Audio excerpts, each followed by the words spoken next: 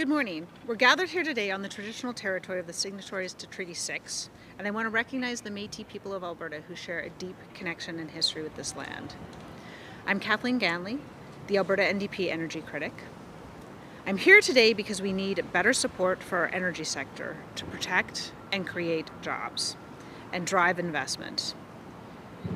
We also need to make progress in addressing climate change. These goals are not mutually exclusive. We can and we must do both at once. And this is exactly what I'm asking our governments, both federal and provincial, to do. To put aside the rhetoric that we have to choose between caring about the economy and the environment and work together. Alberta needs and deserves better collaboration between the province and the federal government at such a pivotal moment for our economy. They've been refusing to work together for years. Now, after more than a year of dithering about getting supports in place, we have a federal government apparently musing about refusing to invest in carbon contracts for differences. If this were to happen, it would mean that Alberta cannot meet its net zero targets, and neither can Canada. Carbon capture and other projects throughout the province are necessary to decarbonize. They also represent billions in investment. They will protect and create jobs. They'll benefit Canadians and people around the world, and they are at risk. Without carbon contracts for differences, we will not see investment in the technology we need to make real progress on emissions and on climate change. Not just in oil and gas, but in cement, in steel, and in electricity. This is the instrument designed to protect investments from a sudden change in government or bad policy design that could render the investment completely worthless. No company is going to invest under those circumstances. And without investment now, we will not reach our 2030 or 2035 targets. South of the border, we see rapid and effective action to support decarbonization through the Inflation Reduction Act and tax credits that support carbon capture and storage. And those efforts are being used to attract investment and diversify the industry in the US. They are growing the economy and combating climate change. In fact, the US attracted half of the global investment into CCUS last year, almost $3 billion. What the US is doing is working by focusing on the investments we need to decarbonize, and it could be working here too. If we don't respond, we risk getting left behind and losing out on so much economic opportunity, both right now and for the future, for Alberta kids and for their jobs. But our federal government and the UCP here in Alberta have failed to deliver. The UCP picks fights with the federal government. They've refused to come to the negotiating table for years. And as a result, we've failed to protect or support job creation in our province. They're choosing political stunts over economic prospects. It's unacceptable. Meanwhile, our oil and gas sector has come forward with a plan to decarbonize industry while protecting jobs. The plan requires the use of carbon capture technology to capture emissions and store them underground.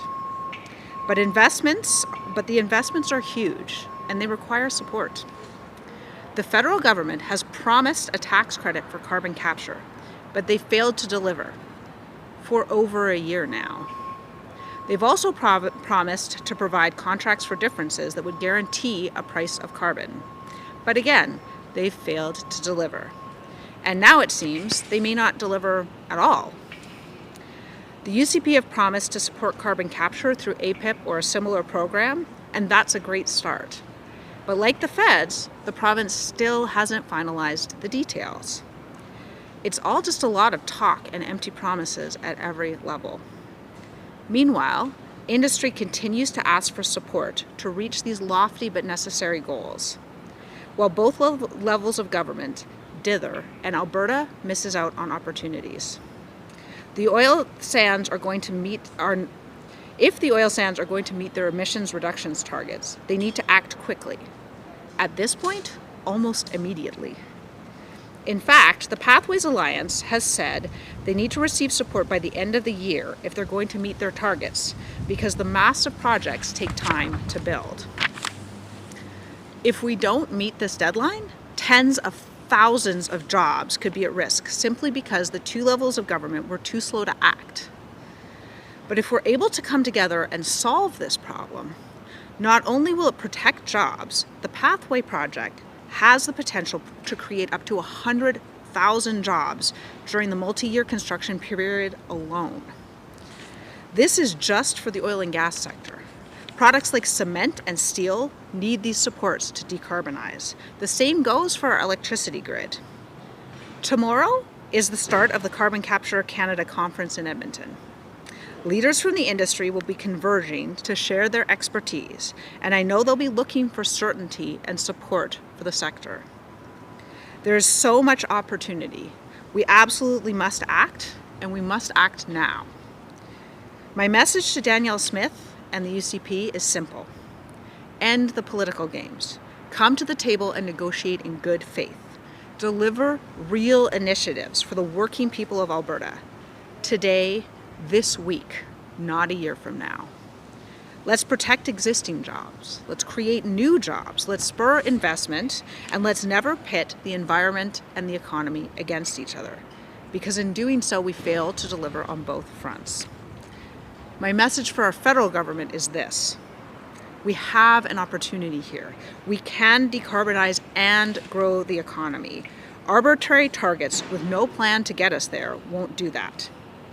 We know what works, exactly what is working in the US, clear investment signals. We need certainty on the ITC and on carbon contracts for differences, and we need it now. There's no reason for delay. Please act. Our climate depends on it. Thank you, and I'm happy to take your questions.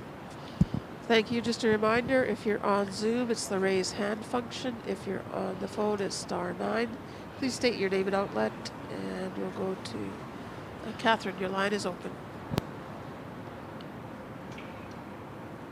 Last week, the International Institute for Sustainable Development released a policy brief that basically stated that carbon capture and storage is too expensive, it's too tough to get it up quick enough to meet climate goals, and it's going to require a lot of public subsidy. So what would you say to some of those arguments that carbon capture is too expensive and too slow? Well, I think the first thing to note is that, yes, these are large-scale projects, but the Shell Quest project is operating now. They are successfully sequestering carbon, so it is possible.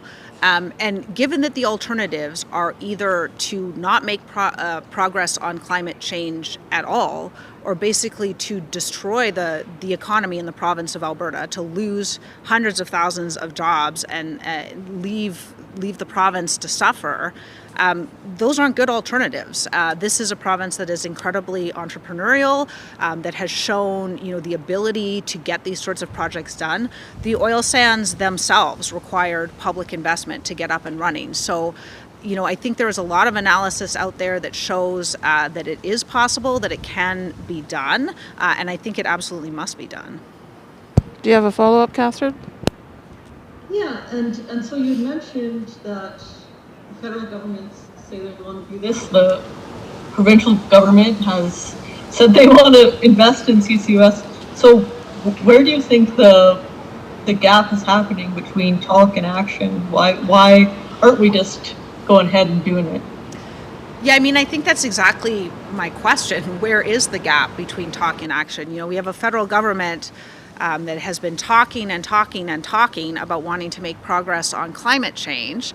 They send out these arbitrary targets with no plans to meet the targets.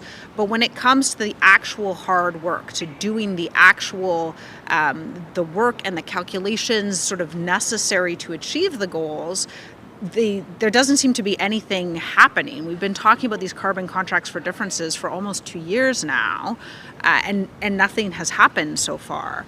The same at the provincial level. They say oh yes, we want to go forward with these, but we still don't even know what the mechanism is for that. And so I think, the way we achieve these goals is by having the details that create investment certainty. That's how we move forward. We know the answer to that. And my question is, why are both of our governments sort of standing around and waiting when we know how urgent this is? Thank you. We'll do, oh, there we go. Just please state your name and outlet. Your line is open. Hi, it's Lisa Johnson from the Edmonton Journal. I was just wondering, Kathleen, an investment tax credit would obviously involve foregone tax revenue, but carbon contracts for differences, is there what is the cost to taxpayers to have those implemented, or is there a cost? There is potentially a cost. It kind of depends how the scenario plays out. So the purpose is sort of to de-risk the investment. So essentially what they're saying is, if, say, in 2 years, there's suddenly a change in government and there ceases to be a carbon price, they will protect the investment. And so under those circumstances, it could potentially be costly to future governments. Although that's necessary to get the investment right now. It's also designed to protect against a situation where the policy design has sort of saturated the market with credits. So it's very dependent on how good the policy is. If it's good and it works well, then potentially, it's positive, but essentially what it does is it de-risks, so it protects the investment. A similar thing I would say is, so the renewable electricity project that we did here in Alberta had a similar de-risking function. Currently, the provincial government is actually making money off it rather than spending money on it. So, it's not totally clear how it's going to play out. Do you have a follow-up, Lisa? No, I think I understand. Thank you. Thank you. We'll do one more pass for questions. Just a reminder, if you're on Zoom, it's the raise hand function. If you're on the phone, it's *9. Go ahead, Emma. Your line is open. Yeah, g'day. Emma Graney at The Globe. I just wanted to double check there. You mentioned about the feds musing that they might be not even bothering with contracts for differences. Where are you getting that from, and can you expand on that?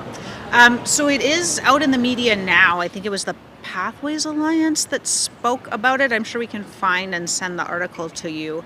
It's also something we've just been hearing as a general concern sort of around Calgary and from industry, from people working in this area, is that they're not sure if they're going to proceed.